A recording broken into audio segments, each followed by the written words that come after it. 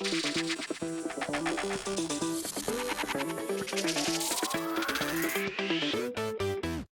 Chicago Bears beat the Houston Texans by a score of 21-17 in a rain-shortened game. This game ended in the middle of the third quarter because of bad weather. But hey, a win is a win. I'll take a win any day of the week. What's going on, guys? I'm back with another Chicago Bears post-game reaction video, which I'll be doing after every single Bears game this year. Preseason, regular season, and postseason too, hopefully. So subscribe to my channel if you guys want my post-game reactions. This video is sponsored by BetUS Sportsbook and Casino. More on them in a little bit. But I gotta say, first of all, if you guys are watching this video at 11:30 p.m. whenever I end up posting this, a video about a rain-shortened Hall of Fame game in which fourth-string backups are playing football, congratulations, you guys are as much sickos as I am about the game of football, because you would have to be a true sicko to be watching this game, which is full of just backups playing and guys that are really not going to be playing for the Chicago Bears really any meaningful snaps probably. Besides for guys like Roschon Johnson,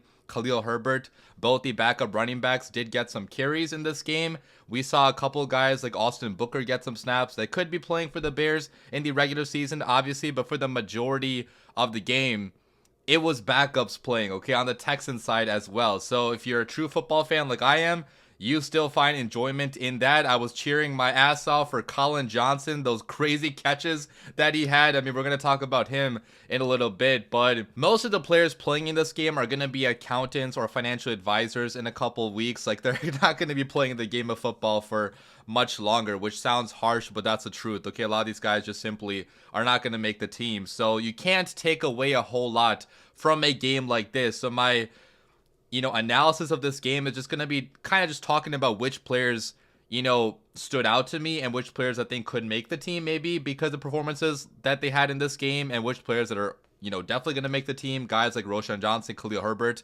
like, what do I take away from their performances, obviously? And I do want to start by talking about the quarterbacks. So Tyson Bagent only played about a quarter. He only attempted 3 passes, completed 2 of them for 16 yards. Not a whole lot to take away from his performance because he barely played.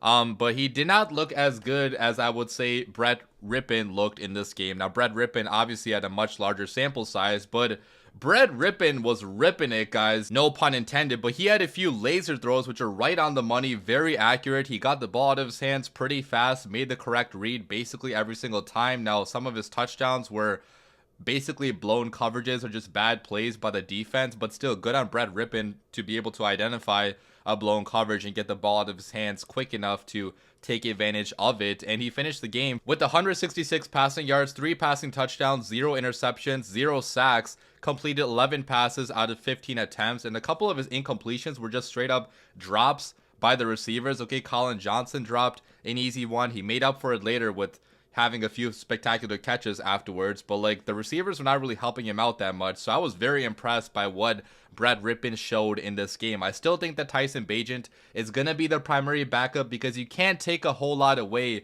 from preseason performances, especially in a Hall of Fame game, which, Tyson Bagent barely played in. But Brett Rypien could be a great QB3, on this roster, because most teams, every team is going to carry a QB3 now because of the new rule implemented after what happened in the 49ers game against the Eagles in the NFC Championship game a couple years ago. So, good performance by Brett Rypien. Austin Reed, we did not see a whole lot of him. Unfortunately, his playing time got cut by the weather being bad. So I'm sure Austin Reed is bummed about that. That really sucks, but did not see a whole lot of him. And talking about the running backs next, Khalil Herbert had a few nice carries. It felt kind of unfair that he was out there on the football field because he has been a starting running back in the past, and I think the Bears are not the highest on him if he's playing as RB3. Basically, in this game, he got carries after Roschon Johnson did, right? So they basically view Khalil Herbert as RB3, I feel like, on this team, which is not good for Khalil Herbert's long-term outlook on this team. But I think it also shows you like how deep the Bears running back room is right now, where you got DeAndre Swift at RB1, you got Roschon Johnson probably at RB2. They drafted him last year. Then you got Khalil Herbert, Ryan Pace's draft pick, at RB3, and I don't think they're going to extend Khalil Herbert. So maybe he could be trade bait if Ryan Poles does want to trade him, but you're probably not going to get a whole lot for him. So I would like to just keep him for this year if you're not going to get more than like a 5th round pick, right? Might as well just keep him and have good depth at the running back spot with how many injuries happen at that position. So good game by Herbert. Roschon Johnson also had a couple bulldozing, powerful types of carries. One on I think it was a 3rd and 1 where it easily could have been a loss. He got stuffed at the line, but he kept his legs moving and prevented it from being a loss, which is like, I love that about Roschon Johnson, the fact that he can be that short yardage power back on this offense, because Swift and Herbert are not that, okay? They're not, powerful types of guys. So having Roschon on this team for those 3rd and 1, 4th and 1 situations could be pretty important in the regular season. And then Demetric Felton also got carries at the end, but he barely played because of the weather being bad. And talking about the receivers, lastly, it was the Collin Johnson show. This guy was extremely impressive. One of his catches did not count. The second leaping catch did not count, sadly, but he had a different leaping catch before that in which he high pointed that ball and came down with a crazy acrobatic catch. He finished the game with 56 yards on 3 receptions, 2 touchdowns as well. I mean, he had a hell of a connection with Brett Rippon, and I'm not sure if he's going to make the Bears team, guys, because especially after falling in love with Rodney Adams in 2021, if you guys remember, I've realized that preseason performances barely mean anything half of the time. Sometimes they do mean something. Sometimes you get a Dak Prescott in the preseason earning his way to a starting job with the Cowboys, or you get some other backups at other positions that do well in the preseason, and then they get starting opportunities in the regular season, but it's very difficult, and the Bears already have a stacked receiver room, right? So maybe he could make it as receiver number 5, receiver number 6, but I'm thinking they probably are still going to cut him, and he's probably going to go to a different team. So, prepare yourself for that, Bears fans. Like, when the Bears keep Dante Pettis or Velus Jones over him, I'm sure Bears fans are going to be very mad at that, but it's probably what's going to happen at this point, right? Because I've become accustomed to it, and speaking about Dante Pettis, first of all, like, what the hell, man? Another muffed punt. I know it was, raining outside, super slippery ball and all that, but not a good performance by Dante Pettis dropping that punt return, okay? If he's trying to make the team, not a good way to try to make the team. But talking about the rest of the receivers, there's not really much I have to add. Tommy Sweeney finished the game with 47 receiving yards. Brendan Bates had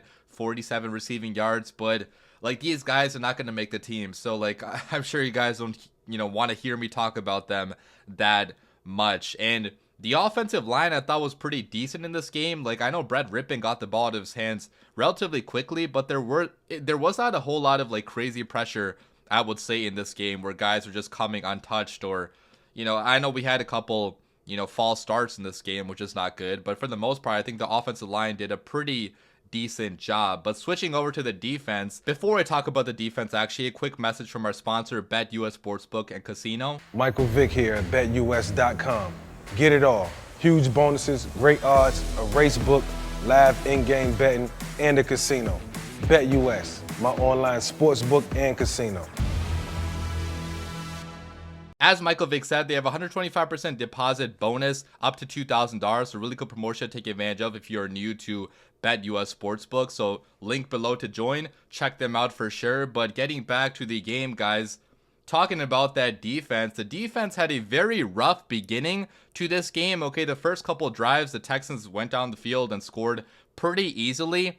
But this is vanilla defense, right? Like, you're not showing any of your game plan, really. So, like, I'm not too worried about it, right? Because they were not trying a whole lot of stunts up front. They weren't disguising their coverages at all. And you had guys that are going to be accountants in the future playing in this game. So, yeah, some bad tackling by number 45. Amen. I don't know how to say his last name. I'm sorry, but he's not going to make the team, right? Like, he had a terrible, tackle attempt near the end zone. Bad game by him for sure. A couple of the other linebackers also had some bad tackling efforts in this game. So started out pretty rough, but I thought Khalid Kareem, the edge rusher, had a pretty good game. He had a very nice tackle for loss in which he got in the backfield very quickly, got some push up front, and, made a big time play. So good for him. Byron Cowart also had a very good game, the backup defensive lineman. I mean, this guy had 3 total tackles. He had a sack in which Austin Booker also got pressure on that, by the way. So good play by Austin Booker in which he got some instant pressure on the quarterback. He had a couple plays actually where he got pressure on the quarterback pretty quickly. Did not actually record a sack, Austin Booker did, but I'm sure in the next game, Austin Booker may come through for a sack. I thought he showed a lot of raw potential. He's not fully there yet, Like a couple of the plays he was getting a little bit manhandled, but the other plays he was doing really well. So it's going to be just, you know, a process with him, but I think he does have a lot of potential in this league. And it's kind of hard to say who else really stood out. Some of these guys are obviously not going to make the team. Like Leon Jones, I thought had a pretty good game, but I highly doubt he's going to make the team. Carl Jones Jr. led the team with tackles, but highly doubt he's going to make the team either. So I'll probably end the video right here just because there's not a whole lot that actually mattered from this game that's worth discussing. I thought it was pretty interesting that Tory Taylor did not punt in this game. People are speculating it's because we're playing the Texans in week 2, and we don't want to let the Texans experience one of his punts and kind of give away our punting game plan like that, which I guess, yeah, that's good gamesmanship by not giving away any details if you don't have to. So Corliss Waitman punted in this game. He had a pretty nice outing, I feel like, punting the ball, but it would have been cool to see Tory Taylor out there. We did see him out there just holding the ball, obviously, on the kickoff, which, by the way, the new kickoff return rules, what do you guys think about that? Okay, we did not see any big returns at all today. People just kept on running into each other because the field conditions were pretty bad, which is another reason why I'm pretty happy the starters did not play in this game, because you saw guys slipping left and right. Like Tyler Scott just slid into a dude's ass one time on a kickoff return. Like, terrible field conditions, but hopefully we'll see some bigger returns in the future. But yeah, leave your comments down below, guys. What do you guys think about this game? I'm sure if you were not a diehard Bears fan